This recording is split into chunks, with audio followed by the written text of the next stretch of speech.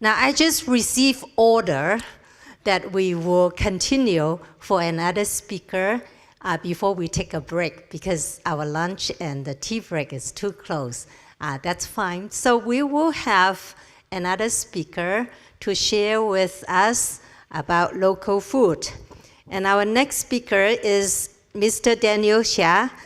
And Mr. Chia is president of Slow Food Singapore, a non-profit organization.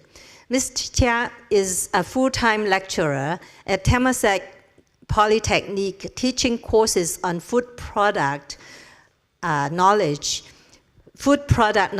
cuisine and wine and beverages.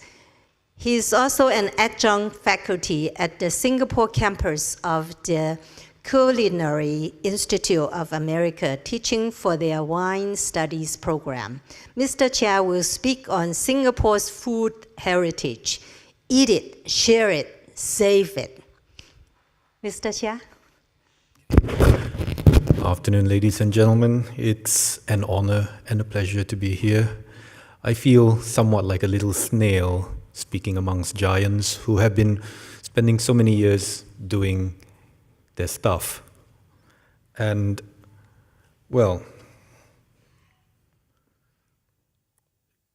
today I've structured it kind of like a lecture. That's what I'm familiar with. And today we're going to look at a very brief introduction to slow food. We will look at Singapore's historical and cultural overview in terms of food. We will look at a few elements of our food heritage, and then we'll take a little strange look at food trends through the lens of Bordieu's food space, but mind you, it's a modified version of this Bordieu's food space, not the original.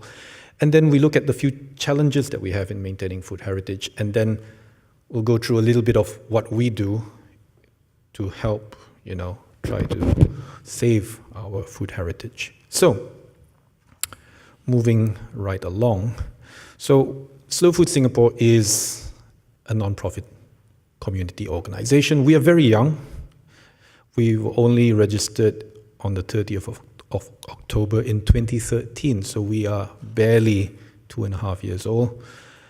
We are a local chapter of the International Slow Food Movement, founded in Italy in 1989, and this was created in response to fast food. Okay, in Slow Food Singapore, our main objective or aspirational objective is to try to safeguard Singapore's food cultural heritage. I know that safeguard is a very big word, as we discovered yesterday, and it's aspirational. We are a very small organization, we have very few people, and so we try to do what we can. And how do we do this? Organizing meals, tastings, forums, talks, or taking part in them, being in places like this, presenting to an audience. Recreational study trips, and other like events. And of course, all the other things at the bottom there, we will try to do as we move along in time. Let's look at Singapore's historical and cultural overview when it comes to food. Okay, we have been around for a while. We were not just a fishing village.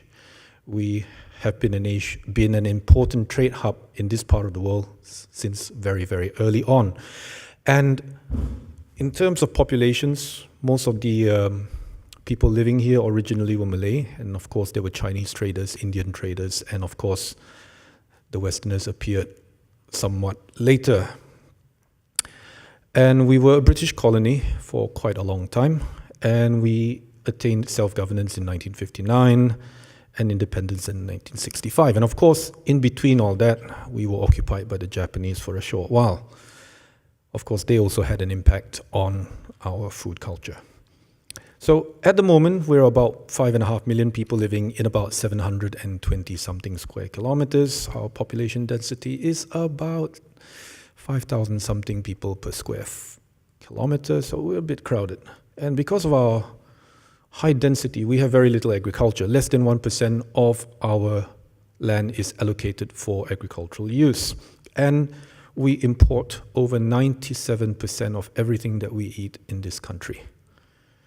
We have 4 official languages. This is a government policy: English, Mandarin, Malay, and Tamil. Mandarin, as we know, is not an original dialect of the people living here, but something that was decided a long time ago. We have a multicultural policy, so everybody lives basically in harmony with each other as part of our national identity.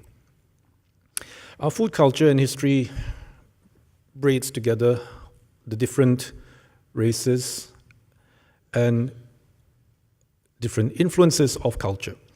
Of course, there's not only the Chinese, Malay, and Indian, there are various other races and nationalities that have been absorbed into the CIMO model, and some of these have been assumed have assumed these identities and have more or less rejected them, and I will talk about that later. Okay, our hawker culture started quite a long time ago and was formally moved into roofed hawker centers in the 1970s as a way to promote food safety, because a lot of the practices of the hawkers in the old days when they were on the streets were somewhat unsavory. Waste were thrown into drains, rubbish all over the place. It was considered to be not sanitary, and therefore, in order to promote food safety, a lot of the hawkers, or all the hawkers, were eventually moved into hawker centers. Hawker centers are a very important part of our local gastronomic life, and it covers multiple cuisines, ethnicities, kind of dishes, and it caters to different social stratas. Not only the poor, but even the richest tycoon can sometimes be seen queuing up for local hawker food. We also have a very well-established and dynamic hospitality and restaurant industry, which attracts many international chefs, celebrity chefs, and our own chefs in Singapore are also culinary champions in the world arena when it comes to the international culinary competitions that are held worldwide. So we can be proud of that. This picture from a female magazine cookbook sometime in the 1970s shows you the mixture of the different cultures in one page, all the different types of pastries from the different ethnic groups put together as some sort of a social construct. So, what are elements of our food heritage? Well, we have our food traditions. Food traditions, family customs, practices, recipes, things that are related to culture, religious practices, and so on. Then we have community food traditions and festivals, and of course, unique dishes and adaptations of unique dishes. Here are some examples. The thing wrapped in the coconut leaves is a Hainanese version of what looks like a rice dumpling, but it is a rice dumpling, but it's a Hainanese version. Then we have putu piring and kueh tutu, two very interesting local confectionaries. And of course, our prosperity raw fish salad, which is tossed during Chinese New Year. Then we have the food media. Cookbooks and food history books are part of it, as are private recipe journals, as the example shown in the center of the page. We have heritage food blogs, like those written by various bloggers, including Dr. Leslie Tay, who sits in the front here. And then we have food magazines that are published by various publishers. And of course, there's food television, which somehow has enthralled many people and has given many youths the wrong idea about what being a chef is about. I can tell you that for sure because I teach these kids. Okay, then we have food businesses. We have farms, we have food producers, restaurants, hawker stalls, food manufacturers and processors. We even have local soy sauce factories. We have bakeries and confectionaries, and obviously there are local food brands and food stores that produce food, local food items. Here we have, at the top of the picture, the so-called Frog Princess of Jurong, Chelsea, holding up a couple of American bullfrogs. We love these frogs. They're good and meaty, but they're American. And then, of course, we have good old chin-mi-chin in East Coast, where we have kaya on toast, but somewhat different form. It's not in your usual traditional white loaf, but in a roll form. Bottom right, we have pictures of Teochew pia, Teochew pastries being handmade still, and they still do make them by hand. Then we have food spaces. There are many different food spaces in which food is celebrated and operated and shared. Food centers, food courts, wet markets, provision shops, which are somewhat endangered, kopitiams, which is your local coffee shops, selling local coffee, obviously, supermarkets and hypermarkets, which are part of the scene but not quite heritage, gourmet grocers and specialty stores. They are quite popular these days, and they cater to the people who want the more upmarket and more, exotic things. Shopping malls, obviously, cooking schools, very important places, community centers where things go on, activities, fairs, classes, talks, and so on. And of course, we have our typical night markets, which are quite common throughout Southeast Asia. And then we have community spaces, or what we call tents in the fields, where tents are set up in open fields, where you have all sorts of dinners, grassroots organization dinners, Hungry Ghost Festival, auctions and dinners, and so on. And as you can see in the bottom left picture there, that's about a picture that looks probably like some sort of a community dinner going on, and the table where there is a lot of fish being plated is what happens there. There is no kitchen. The kitchen is at the side, and they cook the food in the open and they serve it right there. So in totality, these are the elements of our food heritage, modern or otherwise. You'll see a whole chunk of food events there, which I didn't cover because most of these tend to be quite current, modern, and not quite so heritage. So I may have missed out a few things. Our research is not totally complete. We'll expand this as we go along. Moving along, we take a look at Singapore's food space, and we will look at it.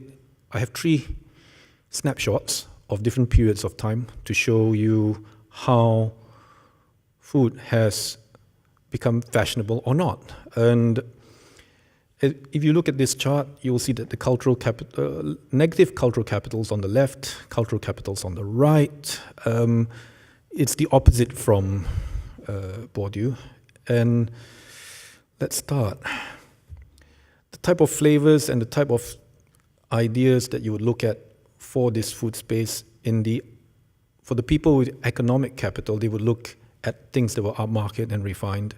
And already in the 60s, in post-colonial situation, Western flavors were still very much in favor, as were the colonial type flavors. Local and home-cooked flavors tended to be more staple in nature. And if you weren't particularly rich, if you were an ordinary person, you would normally eat at home.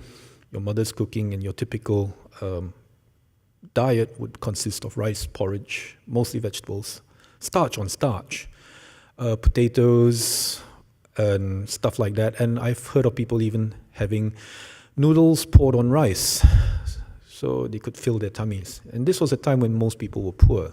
We weren't a particularly rich country, and meat was reserved for special occasions like birthdays, weddings, funerals, and so on. If you had a little bit more money, you would sometimes go to the neighborhood kopitiam, the traditional bakeries, during special occasions to buy your confectionaries for special occasions, and there would be home bakers that you could visit. You could go knock on the door of somebody and they would sell you a few kueh for a few cents.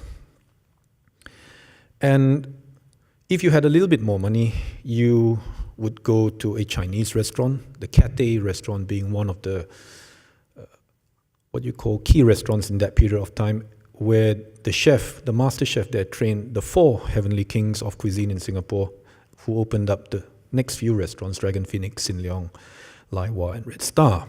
So these opened in the early 60s, and these were the restaurants to go to for major occasions like weddings and so on. These were big restaurants. They still are. Some of them still are. You could probably stick 400 people into Red Star and another 400 into Dragon Phoenix without any problem. Right. So that's the localized side of the market. If, however, you were like me, born in a family which spoke English and English only in my childhood, these were the things that you would look for when you had a little bit of spending money. You would go to Hans or to Silver Spoon or to Coal Bar if you were living near the British Army camp, or the Cold Storage Milk Bar or Western-style bakery to eat things like a club sandwich or milkshake or banana split. And these were the things which we would look forward to, and these, of course, were very special occasion things. You don't go to these places every other day. They were expensive in those days. And if you were the elite, continental cuisine would be what you would aspire to. Roast beef on wagon would be something you would talk about. Flamed dishes, the good old flambe, crêpe Suzette, the cheese trolley, the liqueur trolley, in places like the Elizabethan Grill at the Raffles Hotel, the Troika restaurant, which sadly just closed recently, Cesa at the Equatorial, and Hugo's at the fine dining restaurant at the Hyatt. So this was up to about the 80s. And of course, I must not miss out all the fine dining grill rooms that opened up from 1971 to the early 80s, when all the new five-star hotels opened up in Singapore. Moving to the 80s and 90s, more or less you had the same style of food, except that in the 80s, the Hong Kong and Japan trend came very much into the fore, along with Hong Kong movie culture, Sing Yao, and J-pop. So, as a staple, mother's cooking would still be your staple, and of course, workforce wasn't, you still hadn't had the situation where you had both parents having to work. In the 80s, you still had single income families, and that would change. The traditional bakeries would move downwards, the Western-style bakeries moved towards the staple, neighborhood kopitiam would move downwards, because all these now became the staple low-end dining options for that period of time. The Anglo-Hainanese grill rooms would move from the totally aspirational direction to a part where it's not so fashionable anymore.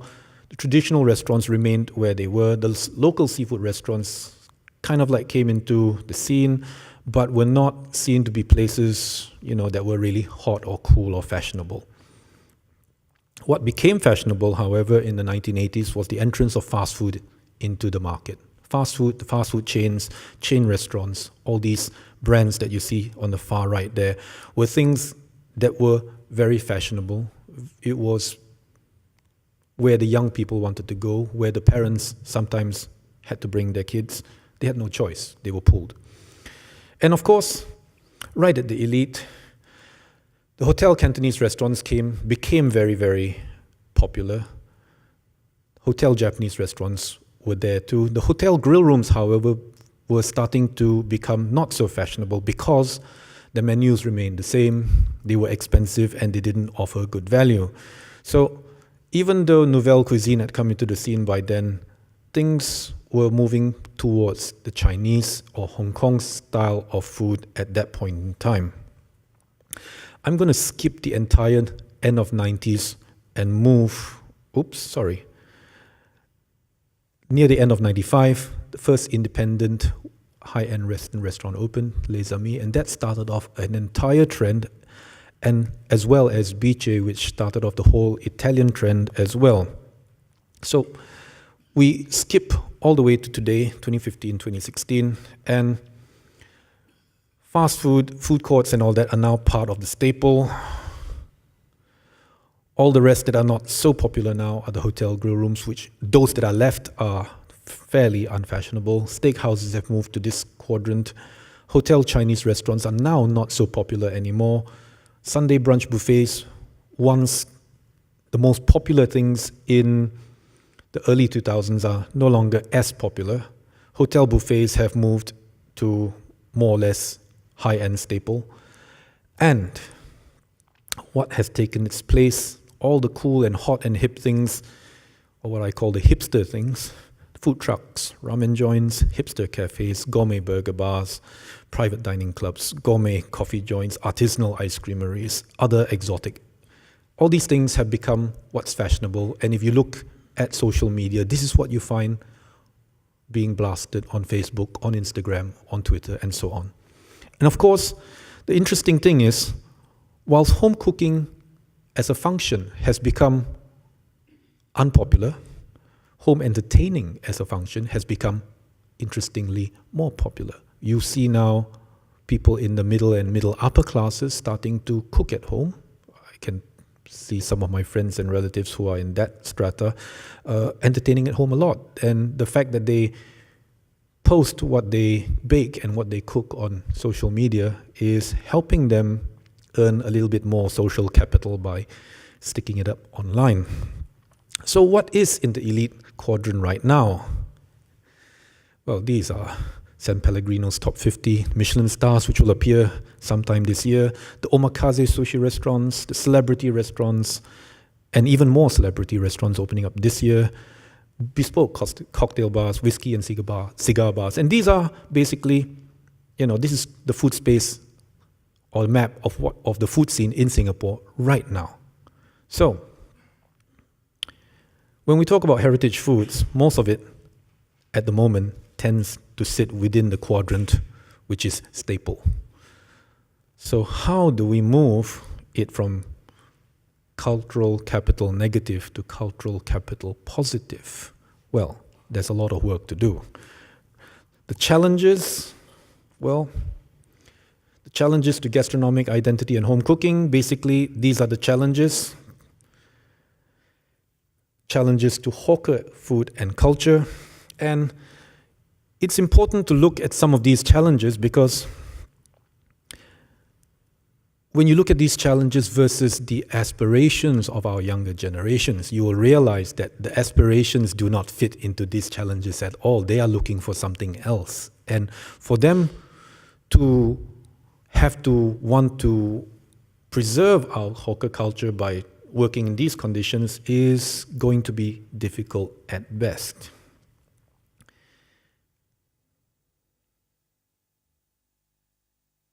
Traditional food businesses have the same or similar issues. Rent is one of them. And of course you have supermarket with their mass buying, bulk buying, and all their what you like to call tiao lao sales, which really depress prices and give consumers a strange idea at which they think, oh, I can buy food so cheaply, I'm not going to pay more for it somewhere else. So this is something of a problem. Then there is also the big problem of not being able to find staff and not being able to find successors, again, probably due to aspirational reasons. Here we have the poor, sad-looking owner of a local pastry shop. He looks pretty despondent. Well, we hope that he will have better days ahead. So, let's share a little bit of what we do. We do a fair amount of eating at Slow Food, but what we eat is, we focus mainly on heritage food places or eateries. So these are some of the members events that we've had, and we have a very small membership, so our events are pretty intimate. So this is the eat it part. What do we do? One of the key programs that we have is a recognition program.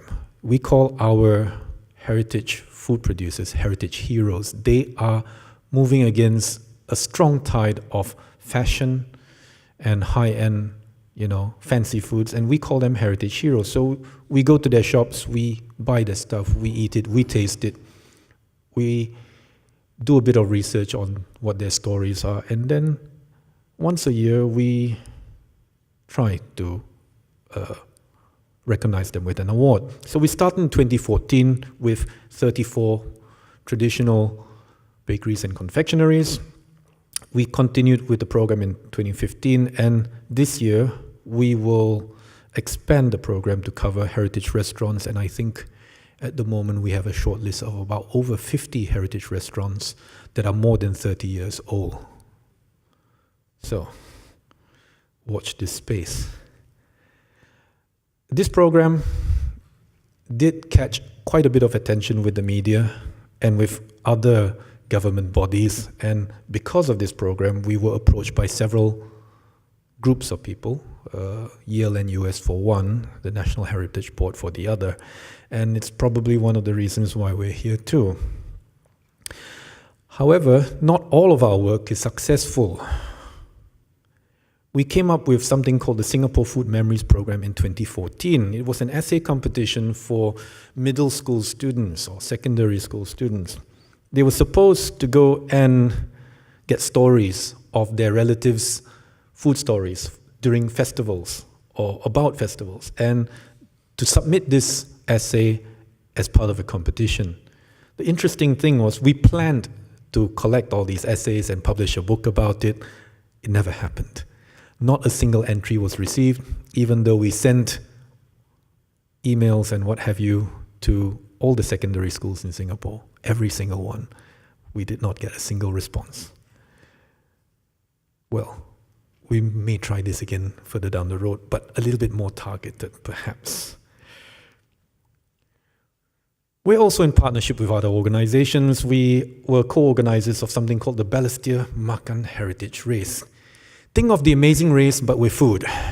You would run from one point of Balestier to another, looking at clues, looking for heritage places, looking at food. And part of the experience was the participants were to run from one place to another, and they would try to figure out what these places were about. And at some places, they were supposed to eat something. At some places, they were to pull a traditional coffee. And yet, in another place, they were to assemble a kueh dadar, which is what you see over there. So a bit of hands-on, a little bit of eating, a little bit of experiential stuff, all in a fun race. And basically, we helped to raise $13,000 something for an old age home, which is not funded by the state. In July last year, we held a Kueh Appreciation Day. Kueh is our local range of confectionaries, and different dialect groups have different varieties of kueh, and we organized this and marketed it as part of the Singapore Food Festival with the Singapore Tourism Board. Of course, working with any stat board in Singapore is not easy, and there were lots of emails flying around for 10 months. But we finally did it without any funding. But marketing support was good. And we ended up getting a 5-page spread on the Chinese newspaper. So that was a very, very good exercise. About 400 people attended, and 180 people attended the three kueh making demonstrations that were organized for that event. We've also been involved in lectures and workshops. With the Yale and US College, we were part of their Week 7 program, where we organized a visit to a Peranakan kueh producer, where they were treated to demonstrations of 2 different kuehs. And then later on in the same day, we went back and had a little workshop about preserving Singapore's food cultural heritage in the 21st century. And that is where we found, or we discovered, or we learned the most important question ever when it comes to preserving food cultural heritage. And the question which one of the young undergrads asked us was this: if we were not exposed to these foods before, and if we were not familiar with these things, why would we want to preserve it? So that got us thinking a lot, and it set the direction for us to basically work on the idea that we should get people to eat it at whatever age, right? Make it a part of their lives. So if it's a part of their lives, it's something that's worth saving, all right? So We had a couple of other workshops and lectures, and one of those that we did with the National Museum was where we organized a Yishun demonstration by Chef Hui from Dragon Phoenix, one of the original 4 heavenly cuisine kings and one of the 4 creators of the prosperity Yishun dish. 160 people attended, 160 people saw the thing and tasted the thing and realized that his version, the original version, is so different from all the other commercial versions you find out there. In the public arena, we've been involved in things like Food Hotel Asia. We've been involved in the food festival, in the Writers' Festival, where I was a moderator for a panel. We've been involved in the NEA, which is the National Environment Agency's Clean and Green Hackathon, on how to make hawker centers more comfortable or more interesting for consumers. We've been involved in the Singapore Management University's Tri-Sector Collaboration Masters Program, where there was a co-creation workshop on working to reduce plate waste. And then we were involved in various other things with the Maritime Stewardship Council and the National Youth Council. And all that somehow caught the attention of someone at MOE, the Ministry of Education, and we ended up on the Social Sciences textbook, which was just published for this year. So, solutions, goals, and prospects of how to save it. Basically, encourage people to cook more at home through events, competitions, and media. Encourage families to record and share and hand down their recipes, and so on. All these things here. Raise perception of hawker and traditional food at public and institutional level. Enlighten consumers that high quality plus cheap food is often an unrealistic expectation, especially when it comes to hawker food. Educate consumers about true difference between artisanal handmade products versus commercial factory-made products. Recognize the individual cooks and hawkers, not just food brands and companies, as heritage champions. Regulations. This is a minefield. The whole idea is to try to simplify it and not complicate it further. Use online and social media to promote and explain heritage and food businesses to everyone, like our good friend Dr. Tay is doing. We need more of this, definitely. We need to overwhelm all these hipster cafes and their eggs Benedict and their waffles and so on. You know how we feel about this. Some of us, well, 1 or 2 of us have even mentioned firebombing these places, but no, we shan't go that far. We're not that extreme. And of course, to help forge alliances, training schemes to allow hawkers and heritage food producers to share and pass on their knowledge. And that's very important for transmission. So, in the end, eat it, share it, save it. The whole idea is to try to make traditional foods fashionable again. We don't know how long the fashions will last, but it's important that we do make it fashionable for now, because now is as good a time as any. All right? Here is a scene from a hawker center from I don't know when. It's a long time ago. Recognition of heritage foods and a modern version of what looks like a kai tai peng, chick biscuits, a Cantonese chick biscuit, which is, well, this is the modern interpretation. Some acknowledgements. Many thanks to Christopher Tan, whose work this is mostly, and the conference organizers. We'd like to thank NHB and NTU for inviting us, and of course, Temasek Polytechnic for giving me the time off to come here to attend this conference, this very enlightening conference, and to present here. Unfortunately, Kevin Tan is not here, because I actually put this picture in just for him. He was talking about people wanting to identify as being Peranakan and that sort of thing. The funny thing is, I never knew I was related to or part Peranakan until a few years ago, when this photograph showed up somehow. This is a photograph of my grandmother on my father's side, and this was taken with her nanny sometime in the 1920s before she got married. So that's my grandmother. Ladies and gentlemen, I thank you.